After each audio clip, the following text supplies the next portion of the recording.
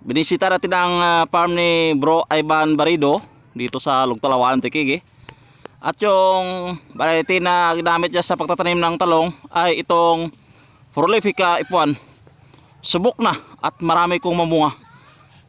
So mga ilang beses ka na ba nag-harvest sa yung talongan na ito? Sa 3C na, 13 harvest. 13 harvest. Bawat harvestan ay mga tag ilang kilo? Pinakamataas ko na harvest dito 150 kilos, tapos ang pinakamababa ano siya, nasa 50 to 70 kilos. Wow, ganda.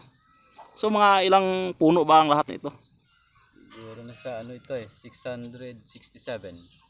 Siguro kung medyo lawak-lawak ito na umabot sa isang hektarya ay Jack Paldo. Paldo. Ganda eh. So maliban dyan, punta tayo sa pest analysis. Totoo ba na mataas talaga ang resistensya nito? Oo, nakita ko at saka na-observe ko. So mataas yung tolerance niya sa peste. Tapos ano siya, kahit mayroon na siyang dito, white flies. Oo. Okay pa din yung dahon niya sa taas. So kita ko pa. Lumalaban pa rin, no? Yung mga dahon niya sa baba, medyo yun lang ang nagilo-ilo na. Kasi tawag ng ano, mainit na, sobrang init. Dapat may alalay ka rito na water pump. Water pump. Twice a week ako magpatubig. Water pump lang gamit. Water pump. So sa isang puno, mga ilang kilo bang pwede mo makuha? Siguro nung una, siguro mga 4th harvest hanggang 5 harvest siguro sa isang puno, kasi hindi man siya kalakihan, nasa katamtaman lang yung laki niya. Siguro nasa kalating kilo isang puno. Bawat harvest yan? Bawat harvest, kasi makaharvest ako ng 4, 5. Kalating kilo na yan? Oo. Kasi hindi man siya kalakihan, parang ano lang siya, yung ano ito, parang katamtaman lang na pang ano ng talong, hindi siya sobrang laki na. So kung ganoon, pang restaurant talaga ang ganitong size. Quality ang ano niya. Katulad nito, medyo ano pa ang bunga niya. Ayan, dami. Okay pa. Kaso ito medyo na ano na sa init. Sobrang init na, tapos hindi ko pa masyado na harvestan eh. So mga ilang araw ba bago ka mag-harvest sa ganitong uri na variety? Interval ko is interval ko 3 days. 3 days to 4 days interval. Ang pag-harvest. Bali ang harvest ko weekly is twice a week ang harvest. Pero anong buwan kang nagtanim nito? Ano ito tanda ko yung Bagyong Tino, yung last week of the November. November.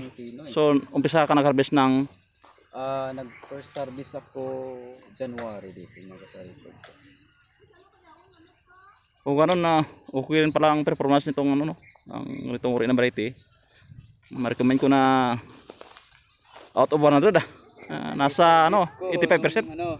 January 27, nag-start ako sa 14 kilos.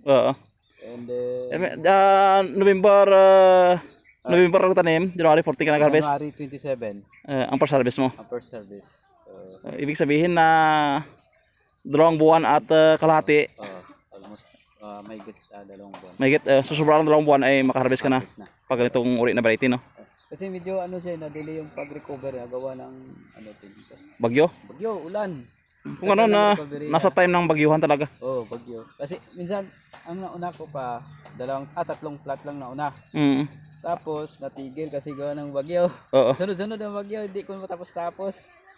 Yun, natapos ko siguro mga lapit na December. Yun ang ko natapos. So kaya yung iba ay medyo delay na nagbigay ng bunga. Pero nakita ko na tuloy-tuloy yung kanyang bulaklak eh. Yung niya, ang bunga. Nung last week lang naka-harvest ako ng 140 ang good, tapos yung medyo reject na sa 50, almost 190 lahat. Malapit 200 kilos.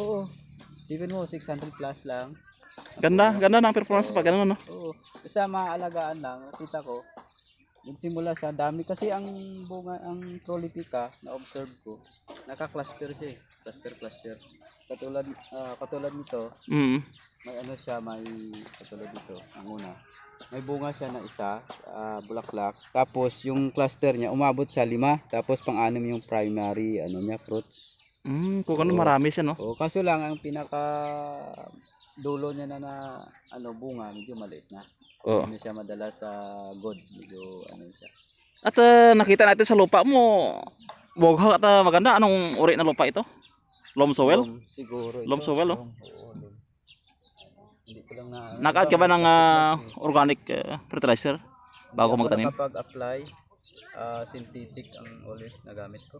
Nung una, gumamit ka ng Ano, yung una ko first week, calcium nitrate. Tapos pangalawang linggo, nagmix na ako ng calcium at saka 1620.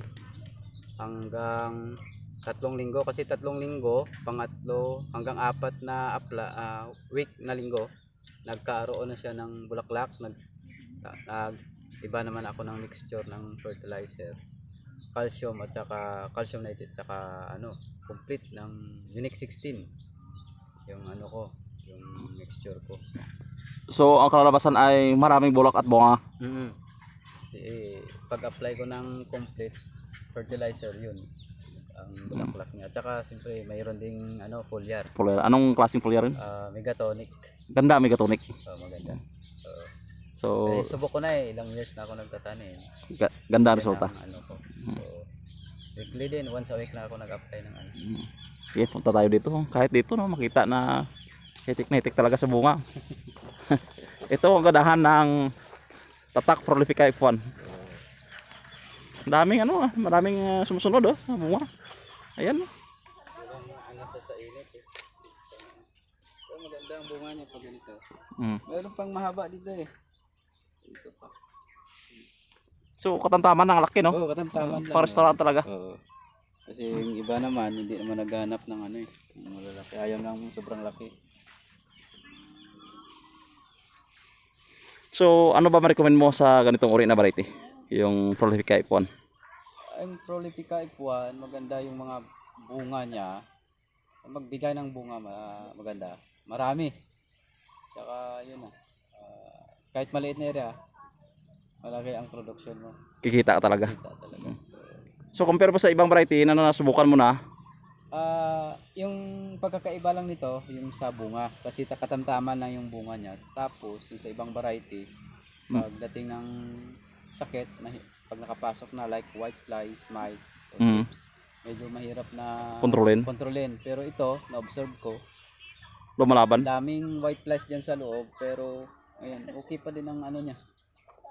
Ang performance. Niya. So, may mga maliliit pa na mga bunga.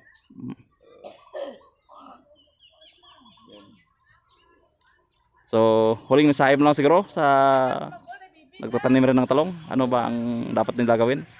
Yun lang, alagaan lang ang talong at saka maghanap talaga ng variety na maganda, katulad ng Prolifica F1. Apply lang ng fertilizer, gamot. Siyempre kailangan din ng mag-research din kung paano talaga ng kasi hindi lang basta-basta magtanim, okay na. Dapat may alam ka din ng kahit konti sa pag-alaga ng halaman. So, ayun. So, kaibigan Ivan Barido ng Lugtalawaan Tiki.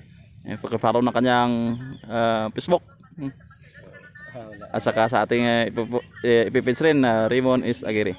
So, maraming salamat kaibigan.